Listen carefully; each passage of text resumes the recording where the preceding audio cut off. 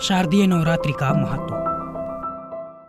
धर्म ग्रंथों और पुराणों के अनुसार शारदीय नवरात्रि माता दुर्गा जी की आराधना का श्रेष्ठ समय होता है। नवरात्रि के इन पावन दिनों में हर दिन माँ के अलग अलग रूपों की पूजा होती है, जो अपने भक्तों को खुशी, शक्ति और ज्ञान प्रदान करती हैं। नवरात्रि का हर दिन देवी के विभिन्न नौ रूपों को समर्पित होता है। हर देवी स्वरूप की पूजा से अलग अलग तरह के मनोरथ पूर्ण होते हैं। नवरात्रि का पर्व शक्ति की उपासना का पर्व है। शास्त्रों में नवरात्रि पर्व मनाए जाने की दो पौराणिक कथाएं हैं। पहली पौराणिक कथा के अनुसार महिषासुर नाम का एक राक्षस था, जो ब्रह्मा जी का बड़ा भक्त था। उसने अपने तप से ब्रह्मा जी को प्रसन्न करके एक वरदान प्राप्त कर लिया। वरदान में उसे कोई देव, दानव या पृथ्वी पर रहने वाला कोई मनुष्य मार न पाए। वरदान प्राप्त करते ही वह बहुत निर्दयी हो गया और तीनों लोगों में आतंक मचाने लगा। उसके आतंक से परेशान होकर देवी देवताओं ने ब्रह्मा, विष्णु, महेश के साथ मिलकर माँ शक्ति के रूप में दुर्गा को जन्म दिया।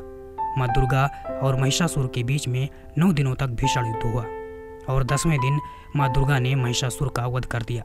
इस दिन को बुराई पर अच्छाई की जीत के रूप में मनाया जाता है। दूसरी पौराणिक कथा के अनुसार भगवान श्री राम ने लंका पर आक्रमण करने से पहले और रावण के साथ होने वाले युद्ध में जीत के लिए शक्ति की देवी माँ भगवती जी की उपासना की थी।